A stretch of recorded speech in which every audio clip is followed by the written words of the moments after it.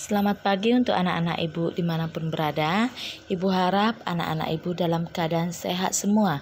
Pagi hari ini kita mulai pelajaran bahasa Indonesia. Topik menelaah struktur dan kaidah teks eksposisi. Jadi untuk anak-anak ibu silakan buka bukunya halaman 75. Jadi kali ini kita akan membahas singkat saja ya nak ya, supaya bisa terkejar materi kita selanjutnya, karena bulan 12 tanggal 1 kita sudah mulai ujian semester. Oke, kita masuk ke poin yang pertama, struktur teks eksposisi. Kalau kamu perhatikan anak ibu, di dalam buku kamu struktur teks eksposisi dibagi menjadi 3. Ada dia tesis. Apa itu tesis? Di sini dijelaskan bahwa tesis itu berupa pengenalan isu, masalah ataupun pandangan penulis secara umum tentang topik yang akan dibahasnya. Jadi ini adalah pendahuluan ya, pendahuluan ke dalam sebuah masalah. Yang kedua ada rangkaian argumen, berupa sejumlah pendapat atau argumen penulis sebagai penjelasan atas tesis yang dikemukakan sebelumnya. Pada bagian ini dikemukakan pula sejumlah fakta yang memperkuat argumen penulis. Oke, jadi ini adalah bagian isi. Bagian isi pada sebuah paragraf. Yang ketiga ada dia penegasan ulang. Sebagai perumusan kembali secara ringkas, bagian ini sering pula disebut dengan penutup atau simpulan. Jadi supaya lebih gampang masuk dari struktur teks eksposisi ini, ingat saja ada pendahuluan, isi, penutup, tetapi diubah dia menjadi tesis, rangkaian argumen, dan penegasan ulang. Jadi ada 3 strukturnya ya anak ya. Lebih pahamnya nanti dipelajari di halaman 76 apa itu tesis dan lain-lain dijelaskan di sini ya nak ya. Oke, kita masuk ke kaidah kebahasan teks eksposisi. Ya, kalau anak-anak ibu lihat di halaman 82 ada dia ciri kebahasan teks eksposisi dibagi menjadi 5 jenis ya. 5 jenis yang mana itu? Iya, yang ada bulat-bulatannya ini. Itulah dia ya. Kita bahas dulu sebentar. Yang pertama, menggunakan kata-kata teknis atau peristilahan yang berkenan dengan topik yang dibahas. Dengan topik kehutanan yang menjadi fokus pembahasannya, istilah-istilah yang muncul dalam teks tersebut adalah penebangan liar, hutan lindung, hutan alam, hutan rawa, gambut, dan sektor kehutanan. Artinya ini kata teknis adalah kata istilah yang digunakan pada bidang ilmu tertentu. Misalnya pada ilmu biologi atau IPA. Jadi istilah teknisnya itu misalnya dikotil, monokotil, pestisida, baru apa lagi?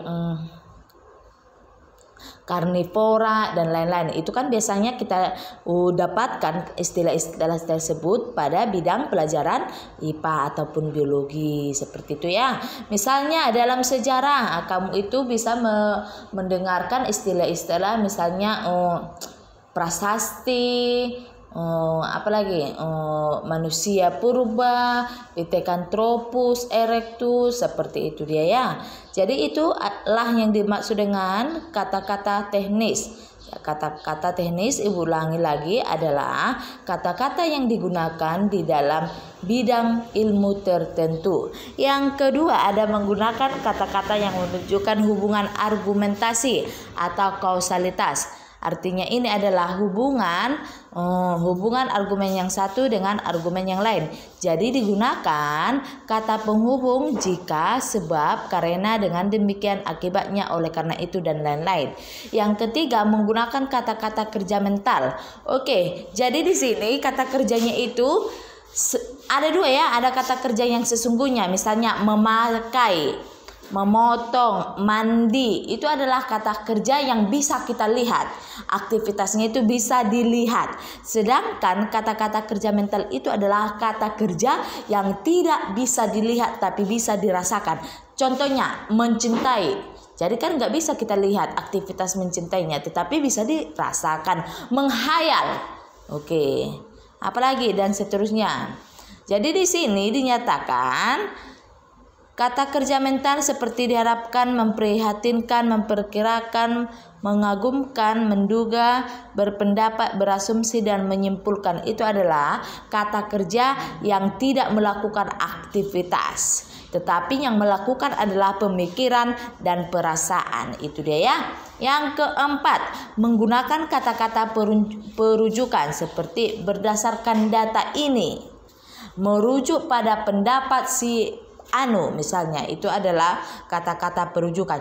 Yang kelima, menggunakan kata-kata persuasif. Oke, kalimat persuasif itu adalah kalimat yang mempengaruhi pembaca atau pendengar sehingga mereka itu mengiyakan atau menyetujui apa yang kita bicarakan tadi. Itu dia ya. Misalnya kata-kata yang dimaksudkan dengan persuasif adalah hendaklah, kan sudah menyuruhkan memerintah, sebaiknya, diharapkan, perlu, harus. Selain itu, teks eksposisi lebih sering menggunakan kata-kata denotatif, yakni kata yang bermakna sebenarnya. Kalau kamu perhatikan anak ibu halaman 81, di sini ada bagan makna denotasi dan makna konotasi. Makna denotasi adalah makna yang sebenarnya. Kebakaran hutan masih terus menjadi, penebangan liar semakin meningkat. Berarti bisa kita lihat ya. Jadi memang betul aktivitas yang dilakukan penebangan hutan itu ada. Sedangkan makna konotasi, daerah yang dijadikan tempat demonstrasi itu kini seolah-olah menjadi lautan manusia. Oke, itu kan gak mungkin ada lautan manusia. Tetapi makna konotasi adalah makna yang tidak sebenarnya. Dibandingkanlah kejadian itu dengan kejadian yang sebenarnya, yang dikonotasikan. Jadi karena ada kemiripannya, karena banyak manusia, maka disebutlah dia lautan manusia. Karena lautan itu luas, jadi dibandingkanlah makna konotasi itu dengan makna yang sebenarnya. Seperti itu dia ya nak ya. Oke, setelah itu kamu bisa memperhatikan halaman 83. Di sini ada sebuah teks eksposisi. Kamu baca. Oke. Kalau ada pertanyaan silahkan ditanya ibu ya lewat messenger. Baru kita masuk ke topik selanjutnya, menyajikan teks eksposisi. Bagaimana cara menyajikan teks eksposisi? Langkah-langkah penyajiannya ada di dalam buku kamu halaman 84. Oke, di sini dinyatakan langkah pertama, menentukan isu ataupun masalah yang akan dibahas. Oke, tentukan dulu masalah yang akan dibahas. Yang kedua, membaca berbagai sumber yang berkaitan dengan isu yang dipilih. Oke, ambil referensimu, panduanmu ketika kamu akan menuliskan sebuah teks eksposisi. Yang ketiga, mendaftar topik-topik yang berkaitan dengan isu berdasarkan hasil-hasil membaca dan langkah-langkah pengamatan. Oke, contohnya ada di sini. Ini adalah daftar topik-topik berkaitan dengan isunya. Setelah itu masuk ke bagian 4, menyusun kerangka karangan atau struktur teks eksposisi. Struktur teks eksposisi tadi sudah kamu ketahui ada 3. Ada tesis, rangkaian argumen, dan ada penutup. Oke, baru selanjutnya masuklah ke bagian terakhir, yaitu mengembangkan kerangka yang telah disusun menjadi teks eksposisi.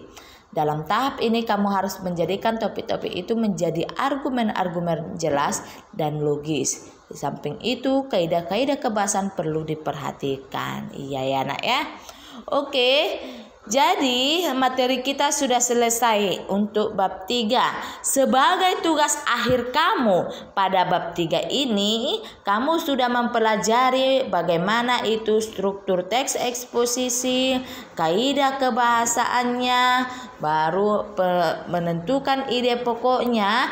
Jadi yang terakhir kamu memasuki menyajikan teks eksposisi. Arti menyajikan ini berarti kamu itu membuat sebuah teks eksposisi.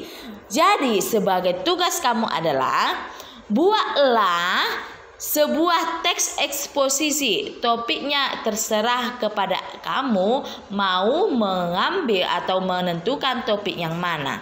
Ya, sebagai contoh teks eksposisi ada di halaman 83 dan ada di bab 3 pendahuluan tadi. Sudah. Ini adalah sebuah teks eksposisi. Oke, di halaman 77 pun sudah ada teks eksposisi. Oke, anak-anak ibu, Ibu ulangi lagi, tugas kamu adalah kamu buat sebuah teks eksposisi. Sebagai panduan kamu atau bahan referensi kamu, ada di dalam buku paket ada 4 contoh teks eksposisi. Oke anak-anak ibu, silahkan kamu kerjakan. Setelah selesai, silahkan kamu kirim ke ibu. Sampai di sini, sampai bertemu ke video ibu selanjutnya. Bye-bye.